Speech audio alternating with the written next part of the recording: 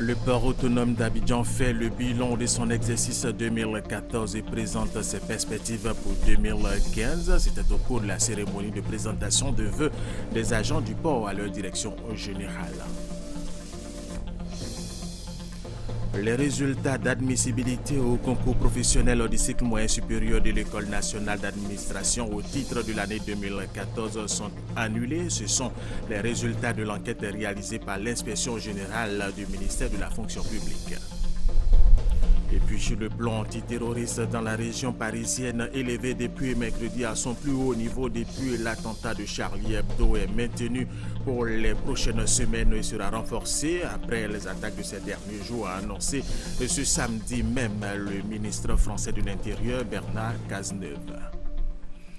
Mesdames et messieurs, bienvenue et merci de suivre les informations sur RTI 1. Le port autonome d'Abidjan fait le bilan de son exercice 2014 et présente ses perspectives pour 2015. C'était au cours de la cérémonie de présentation de vœux des agents du port à leur direction générale. Adama Kodé. Infrastructure, rendement commercial ou gestion financière. Yansié, directeur général du port autonome d'Abidjan, a profité de cette cérémonie de présentation des vœux pour dresser le bilan de l'activité portuaire 2014. Au niveau des infrastructures, l'an 2014 a vu, entre autres, le lancement des travaux de modernisation du port de pêche dont le taux de réalisation est à ce jour de 60%, tout comme le bouclage du financement des projets de construction du deuxième terminal à conteneurs, l'élargissement et l'approfondissement de la passe d'entrée du canal de Vridi. Au plan commercial, le trafic global est estimé à 22 millions de tonnes, comme en 2013, a assuré le directeur général du port autonome d'Abidjan, en attendant la publication des résultats de l'exercice 2014, prévu pour fin janvier 2015. 2014 consacre aussi la crédibilité de la signature du port autonome d'Abidjan, signe de confiance des investisseurs avec l'attribution des notes A- et A1- par l'agence de notation Bloomfield. Pour 2015, le cap sera maintenu. En 2015, beaucoup de choses sont en vue, notamment l'inauguration en juin du nouveau port de pêche, le lancement de la vie à manifestation d'intérêt pour le remplacement de 180 hectares dans la baie de Vridi et la construction du pont entre Biétri et Zimbabwe, qui nous permettra d'avoir une troisième voie de sortie du port, en plus du port Boué et du pont Félix Houphouët-Boigny. Nous construirons également en 2015 un bâtiment qui va abriter tous les services de la facturation du port pour l'amélioration de nos chiffres d'affaires et pour faire face aux investissements et à notre quotidien. L'accent sera mis aussi sur le volet social. Les études pour la création de la mutuelle sont quasiment bouclées. Cette mutuelle devrait effectivement voir le jour en 2015. Les études relativement à la nouvelle crise salariale sont presque bouclées aujourd'hui. Avec une telle dynamique, le port autonome d'Abidjan entend se positionner comme un hub de référence internationale, tant par la qualité de ses prestations que de ses infrastructures. Des engins navals et à deux roues, le tout d'une valeur de 300 millions de francs CFA ont été offerts à la Direction générale des affaires maritimes et portuaires par le Conseil national de sécurité et la société ivoirienne de raffinage. Ces dons vont permettre de lutter contre la pêche illicite dans le golfe de Guinée à Boussanogo. Ce sont 3 vedettes de surveillance et 13 engins à deux roues d'un coût global de 330 millions de francs CFA. Un don du Conseil national de sécurité et de la Société ivoirienne de raffinage à la Direction générale des affaires maritimes et portuaires. Ce geste qui s'inscrit dans le processus de mise en œuvre des objectifs de la stratégie de sécurité nationale vise à assurer dans un cadre de coordination et de mutualisation des moyens la sécurité et la sûreté de l'espace maritime ivoirien. Ces équipements viennent à point nommé, car ils permettront aux affaires maritimes de conduire les missions suivantes: protéger l'environnement marin, la vie humaine à bord et les travailleurs portuaires contre les risques de sécurité, contribuer à prémunir les ports contre les menaces sanitaires telles que l'épidémie de la fièvre hémorragique et virus Ebola, assurer la mise en œuvre de la réglementation en matière de travail maritime, Cette dotation en équipement dont bénéficient les affaires maritimes et portuaires est la résultante des actions engagées dans le cadre de la réforme du secteur de la sécurité. Le président de la République a déjà dit qu'il était engagé à renforcer les capacités opérationnelles de toutes les structures qui sont en charge de la sécurité et de la sûreté. L'action de l'État en mer est engagée dans cette optique que le renforcement des capacités opérationnelles est fait par de l'équipement. Le ministre des Transports, Gaoussou Touré, a quant à lui insisté sur les objectifs de la stratégie de sécurité nationale adoptée en septembre 2014. Nous avons pour mission d'assurer la sécurité sur nos eaux alors qu'on n'avait aucun moyen. Aujourd'hui, je me réjouis du fait que le Conseil national de sécurité nous équipe entièrement pour que nous puissions assumer cette mission. Avec cette dotation en équipement, le président de la République Alassane Ouattara entend faire de la coopération des affaires maritimes un levier essentiel dans la définition et la mise en œuvre d'une nouvelle politique maritime à la mesure des atouts de la Côte d'Ivoire. Deuxième grand titre de cette édition, les résultats d'admissibilité au concours professionnel du cycle moyen supérieur de l'École nationale d'administration au titre de l'année 2014 sont annulés. Ce sont les résultats de l'enquête réalisée par l'inspection générale du ministère de la fonction publique. Plus de détails avec Issa Yeo et Abou Sanogo. C'est en vue d'éclairer l'opinion publique sur les présumés cas de fraude au concours professionnel du cycle moyen supérieur et du cycle supérieur 2014 de l'École nationale d'administration ENA que le ministère de la fonction publique et de la réforme administrative a fait diligenter une enquête afin de situer les responsabilités. L'enquête administrative que nous avons menée, c'est que dans les résultats qui ont été publiés, il y a beaucoup de contradictions. Sur les 23 candidats qui ont été déclarés irrégulièrement admissible par le jury, se trouve une candidate qui était présente à toutes les épreuves. Au lieu de 23 candidats irrégulièrement déclarés admissibles, nous avons trouvé 27, c'est-à-dire soit 5 candidats qui ont été omis de la liste des 23. Donc, sur les 58 candidats déclarés admissibles, seuls 31 étaient présents à toutes les épreuves. Donc, voilà matière, n'est-ce pas, à pousser, n'est-ce pas, les enquêtes pour savoir exactement ce qui s'est passé.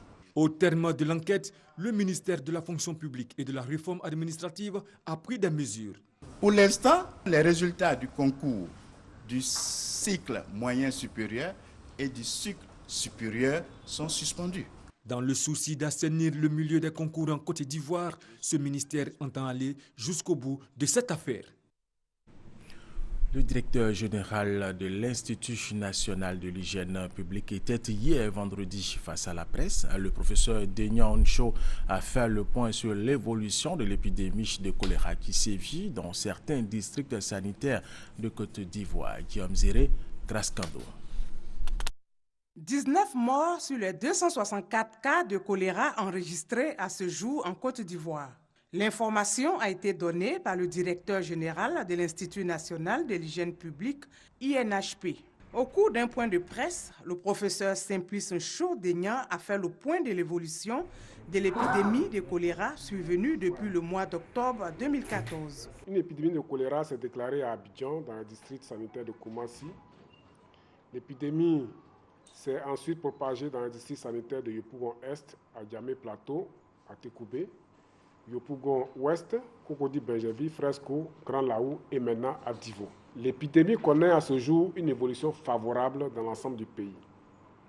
En effet, sur les 8 districts sanitaires touchés, 3 continuent d'enregistrer encore quelques cas.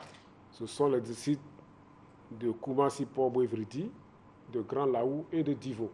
Le choléra est une maladie infectieuse et très contagieuse. Il se transmet essentiellement par l'eau ou les aliments contaminés, mais aussi par les matières fécales des malades contaminés. Un problème de santé publique que le ministère en charge de la santé et de la lutte contre le sida tente d'éradiquer par des moyens appropriés.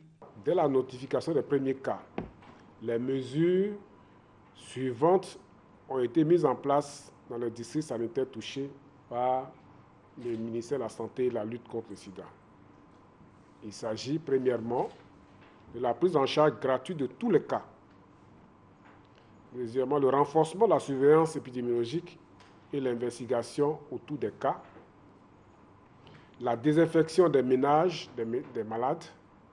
La sensibilisation des populations sur les mesures de prévention. Des actions qui pourraient être plus efficaces si les populations s'impliquaient dans la lutte contre cette pathologie.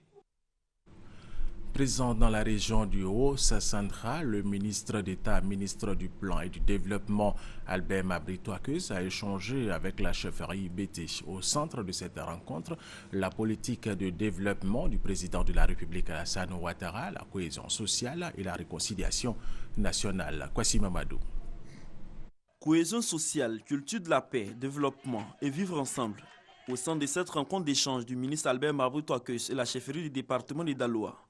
Occasion pour le porte-parole du collectif des chefs du département de Daloa de saluer les actions de développement engagées par le président de la République dans leur département. Ils ont par ailleurs fait des doléances portant sur des questions d'infrastructures économiques, notamment les routes et l'électricité. En retour, le ministre d'État, ministre du Plan et du Développement, a rassuré les chefs traditionnels BT de la volonté du chef de l'État d'améliorer les conditions de vie de toute la population vivant en Côte d'Ivoire. Albert Mabry-Touakeuse a informé les chefs traditionnels BT que la loi portant sur le statut des rois et chefs traditionnels de Côte d'Ivoire, votée promulguée, sera bientôt mise en œuvre. Vous qui êtes des chefs avez un rôle à jouer à ça. Un rôle dans la réconciliation nationale. Un rôle dans le rassemblement des enfants de la Côte d'Ivoire. Dans le rassemblement des enfants de l'Ouest en particulier. C'est un rôle difficile, quelquefois ingrat. Mais c'est une mission qui s'impose à vous. Personne d'autre ne viendra le faire à votre place. Après le conseil départemental des chefs de Daloa, le ministre d'État Albert Mabry-Touakeuse a rencontré la chefferie Oué vivant dans la ville de Daloa. Cette délégation est accompagnée des associations féminines et de jeunesse Oué. Il les a invités à renforcer davantage la cohésion qui règne entre les Oué et les autres peuples vivant dans le département. Parlant des projets de Grand Ouest, Albert Mabry-Touakeuse a informé les différentes délégations du démarrage des travaux de bitumage, des grands axes et l'exploitation minière dans le district de montagne. Autre information dans cette édition, les autorités administratives de Vavois ont eu une rencontre d'échange avec les populations de cette localité. Au menu de cette rencontre, les questions de développement de ce département. Eugène Atoubé. Une année 2015 qui annonce le progrès et le développement de Vavois. C'est le vœu partagé par les autorités administratives et les populations de cette localité. Devant les chefs de village, les chefs de communauté et toutes les composantes de la population de Vavois, le sous-préfet a fait le bilan des activités de l'année écoulée.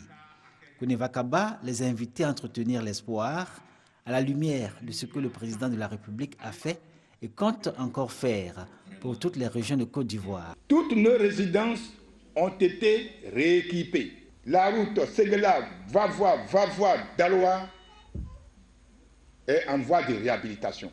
La Côte d'Ivoire est au travail, la Côte d'Ivoire avance. La Côte d'Ivoire avance et aborde 2015 dans un contexte d'élections à venir. Les autorités administratives de Vavois, localité qui a payé un lourd tribut des crises antérieures, préparent une campagne de sensibilisation des populations avec pour principaux relais les chefs de village et leurs notables. Un chef de village est au-dessus de la politique. Donc je vous demande pardon. Passer l'information aux populations pour qu'ils viennent se faire établir leur carte nationale d'identité. Les documents fournis ne sont pas nombreux. C'est un certificat de nationalité, un extrait de naissance et puis le reçu de paiement de la caisse d'épargne. Vavois, vaste département dans la région du Haut-Sassandra, souffrant encore des années de crise, attend de sortir de sa longue léthargie. Aujourd'hui, autorités administratives, élus, cadres et populations y croient en cette année 2015. Les populations du village de Manadoun dans la sous-préfecture de Goulia, dans la région du Folon au nord de la Côte d'Ivoire, sont soulagées. Depuis quelques semaines, elles bénéficient d'un château d'eau de type hydraulique villageoise amélioré. C'est une réalisation du programme présidentiel d'urgence. Kwasi Mamadou.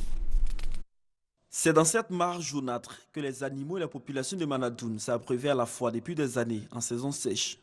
Une véritable source de maladie. Dans cette localité située à environ 950 km au nord d'Abidjan, avoir de l'eau potable en saison sèche relève souvent du miracle, car les pluies tarissent.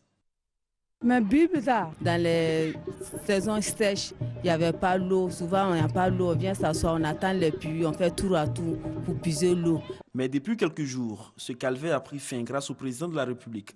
Les populations de ce village, estimées à environ 2000 âmes, bénéficient d'un château d'eau de type HVA, hydraulique villageoise améliorée. Un ouvrage réalisé à travers le PPU, Programme présidentiel d'urgence. Pour les cadres de cette localité située dans la sous-préfecture de Goulia, dans la région du Folon, au nord de la Côte d'Ivoire, il faut nécessairement relever tous les défis de développement pour améliorer les conditions de vie de leurs parents. Les prochains défis, c'est ce qui est à côté de la route.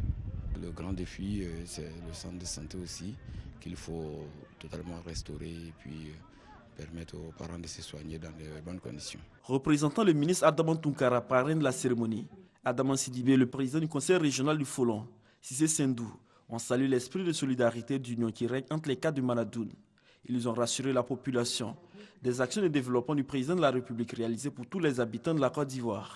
La région des Folon, qui n'avait pas bénéficié depuis 40 ans d'investissements ciblés, je peux l'affirmer haut et fort que la région de Folon aujourd'hui a pris sa place vraiment dans le train de l'émergence.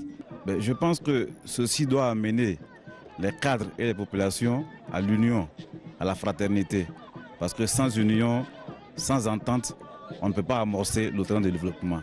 Cette cérémonie d'inauguration du château d'eau a été l'occasion pour les populations d'exprimer leur gratitude au président de la République, Alassane Ouattara, grâce à qui elles ont désormais de l'eau potable à portée de main.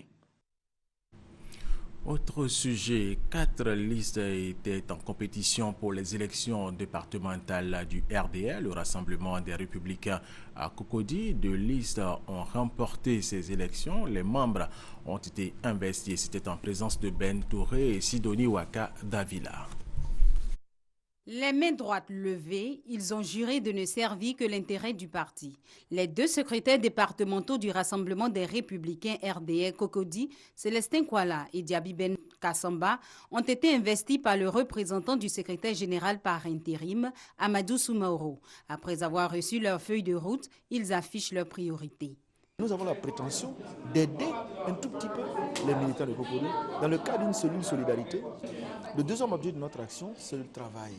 Le travail, c'est vrai que le gouvernement du docteur Alassane Ouattara est en train de faire mains et pieds pour que les jeunes puissent avoir de l'emploi, mais à notre humble niveau également, nous essaierons d'apporter, n'est-ce pas, quelques petites solutions à la question du travail. Ils sont désormais 2 à défendre les idéaux du parti dans la même commune, et cela en parfaite symbiose. Nous voyons naturellement, par rapport à tous les sujets à 2, nous discutons, nous échangeons avant d'aller à la place publique associée le conseil départemental, les adjoints et les commissaires politiques. Cette investiture a servi de tribune pour dire aux jeunes que bien qu'étant militants du parti au pouvoir, ils ne doivent pas rester oisifs.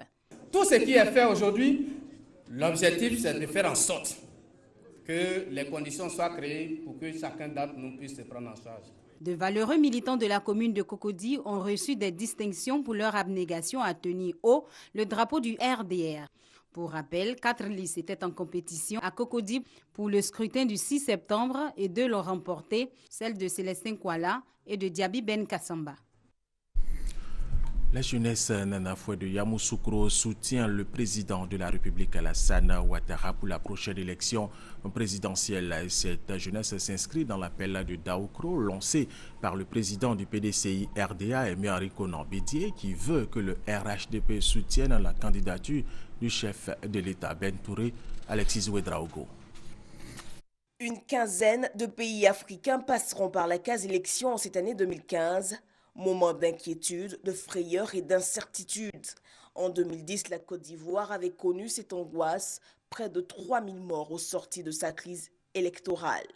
Pour la jeunesse Nanafoué de Yamoussoukro, Jenny, l'appel de Daoukro permettra en cette année électorale de passer l'épreuve de la démocratie dans la quiétude. Nous voulons par la présente appel t'inviter à t'engager pleinement pour l'appel du président Henri Konan Bédié, ce qui convient d'appeler l'appel de Daoukro, à fuir notamment les politiciens de saison sans programme de société et dont le seul mérite est d'avoir échoué là où la communauté internationale tout entière leur avait donné carte blanche. Fort taux de croissance, livraison de l'autoroute Abidjan-Yamoussoukro et récemment le pont Henri Konan Bédié. Pour la Jenny, le deuxième miracle ivoirien n'est plus loin. Nous, jeunes et cadres Nana Foué de Yamoussoukro, notamment, notre reconnaissance au président Alassane Ouattara et notre engagement à prendre une part très active à la réalisation des objectifs de développement qu'il s'est assigné à travers ce deuxième mandat. La jeunesse nationale Nana Foué de Yamoussoukro revendique 3000 adhérents répartis dans 33 villages avec plus de 5000 sympathisants. Ces chiffres, elle compte s'en servir pour investir le terrain par des messages de sensibilisation et des activités socioculturelles. La mairie de Séguéla vient d'organiser une série d'activités socioculturelles à l'endroit des populations. Ces activités ont été marquées par la remise de plusieurs dons aux populations par la municipalité au nom du ministre d'État Ahmed Bakayoko. Thérèse Tapeyoboué. Un jardin public de 2000 m², aménagé, équipé avec aire de jeu pour enfants, voilà le don que vient de faire la municipalité de Séguéla aux populations. Ce jardin a été mis à la disposition des populations au cours d'une série d'activités organisées par le maire, l'enseignant Diomandé. En plus de ce jardin, 100 motos ont été offertes aux militants du RDR de Séguéla au nom du ministre d'État, ministre de l'Intérieur et de la Sécurité, Ahmed Bakayoko. Ces activités ont été marquées par une compétition de motocross, un tournoi de football, le tout parrainé par le maire de Séguéla. Le conseil municipal et la municipalité ont apprécié à leur juste valeur les actions de développement par les filles et fils de Séguéla. Donc deux se sont particulièrement distingués. Je vais parler du ministre Ahmed Bakayoko qui a accompagné toutes les actions de développement. Et le président Issou Bakayoko, le président de la CEI, a soutenu les actions de la mairie et de la municipalité pendant tout le temps. Les vainqueurs des différentes activités socioculturelles ont tous reçu des prix de la municipalité. Restons avec Thérèse Tapeyoboué pour parler avec elle de remise de bons de réduction de permis de conduire à la jeunesse de Daloa. Un don du ministre d'État, ministre de l'Intérieur et de la Sécurité, Ahmed Bakayoko. Avec ces 3600 bons de réduction, les jeunes ne débourseront que 35 000 francs CFA pour obtenir un permis, là où normalement, ils devraient payer un peu plus de 100 000 francs CFA. Un geste apprécié à sa juste valeur. Je suis très content et la population est très contente. On remercie le ministre. Vraiment, on compte sur eux pour appui, pour lutter contre le chômage. Nous sommes très contents du geste du ministre d'État et nous demandons donc à toute la population à prendre attache avec la société civile active pour que ensemble nous puissions développer le Haut-Sassandra. Les bénéficiaires ont naturellement exprimé leur gratitude au ministre Ahmed Bakayoko, initiateur du don. Je remercie le ministre Ahmed Bakayoko. Franchement, je suis très content d'avoir cette bon. Dès aujourd'hui, je vais apprendre à rouler. C'est ce qui est déjà une bonne chose et ça peut aussi diminuer le chômage et ça peut aussi apporter le développement. Ces bons de permis de conduire devraient permettre à ces jeunes qui sont pour la plupart au chômage de se trouver un emploi. Les fils et filles du Denguélé se mobilisent pour le développement de leur localité. Ils veulent travailler dans l'union et la solidarité pour y arriver. Ils se confient au guide spirituel. Kwasi Mamadou. La commémoration de la naissance du prophète de l'islam, ou le Maoulid, comme facteur de cohésion et d'union, c'est désormais le leitmotiv des fils et filles du district de Denguélé pour le développement de leur terroir. Ce district regroupement les régions du Kabadougou et du Folon, des régions situées au nord-ouest de la Côte d'Ivoire. La cérémonie de clôture de l'organisation éclatée du Maoulid a été l'occasion pour les enfants de cette partie de la Côte d'Ivoire de réaffirmer leur engagement pour l'amélioration des conditions de vie de leurs parents. Mais cela passe nécessairement selon eux par l'union et la solidarité. Je souhaiterais que les fils, les cadres surtout, soient vraiment unis, qu'on laisse des palabres inutiles. Pour réussir ce pari, les cadres s'associent aux guides religieux, surtout au cher Maké Boaké Samassi, pour solliciter l'assistance du Tout-Puissant. Une assistance spirituelle pour motiver les uns et les autres pour le redécollage socio-économique du Denguélé. Un nouveau district grâce à son excellence Alassane Ouattara. Ce que nous pouvons lui rendre, c'est le travail dans l'union et la fraternité. C'est tout ce qu'il demande au peuple du Denguélé.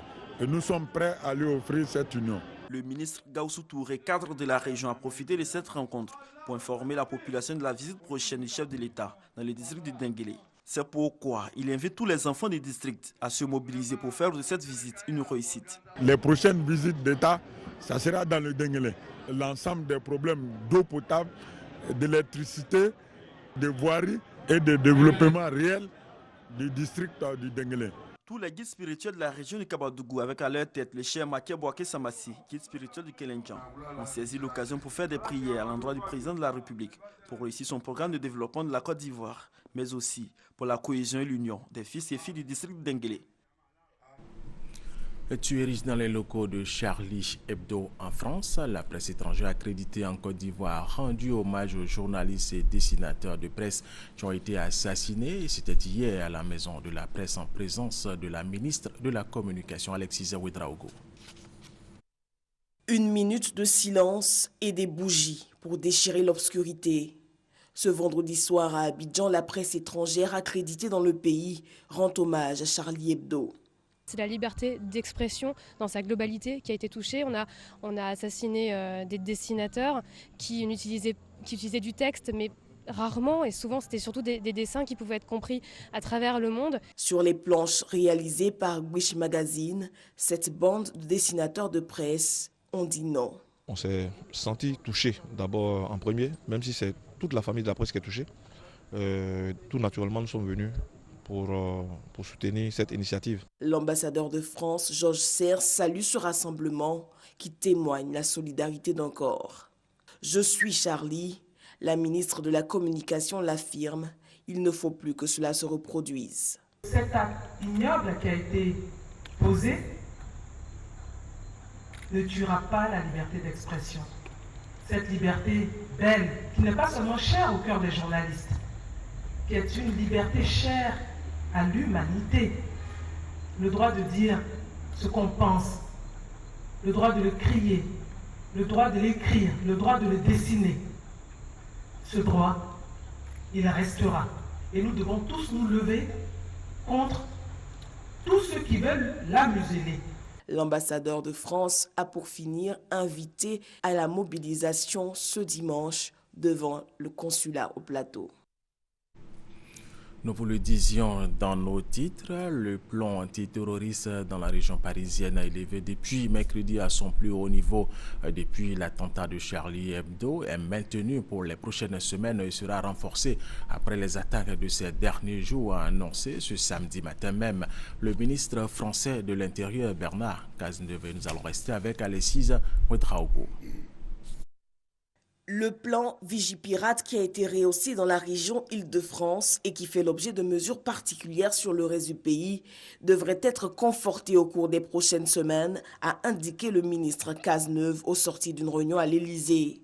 Le plan antiterroriste dans la région parisienne, lui, élevé depuis mercredi à son plus haut niveau, devrait être maintenu pour les prochaines semaines aussi et même renforcé.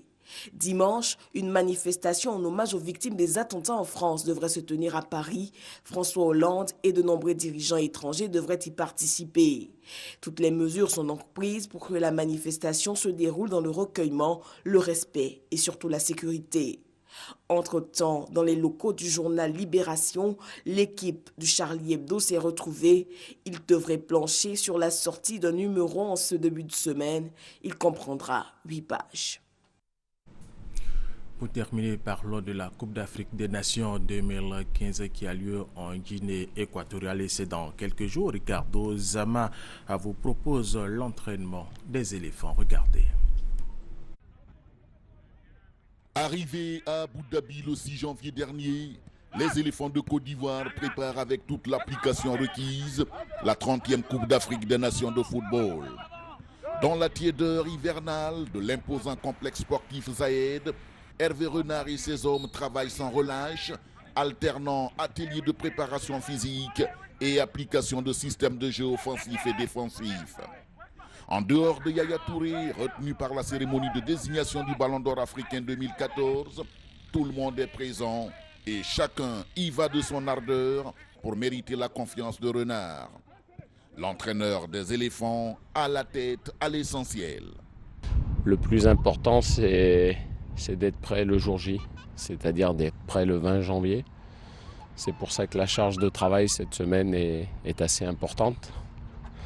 Donc il va falloir la digérer la semaine prochaine en réduisant la charge de travail la semaine prochaine. Et puis on sera fin prêt pour ce premier match contre la Guinée.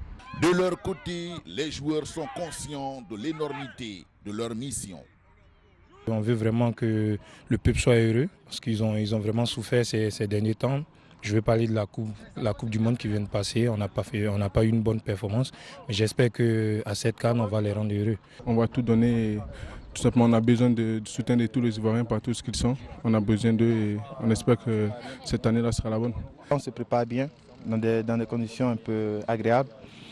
On donne le meilleur de nous-mêmes pour être prêt pour pouvoir mieux représenter la Côte d'Ivoire. C'est une CAN qui est très relevée avec de très belles équipes. De tous ces joueurs, tous ces pays, ils ont des joueurs qui sont talentueux, qui viennent de championnats européens. Maintenant, voilà, c'est pas facile. Maintenant, nous, on va essayer de se concentrer match après match parce que c'est ça le plus important. Longue de 10 jours, cette préparation sera assaisonnée de 2 matchs amicaux. L'un le 11 janvier face au Nigeria et l'autre le 15 contre la Suède. Et c'est la fin de cette édition. Merci de l'avoir suivi. Restez avec nous sur RTI 1.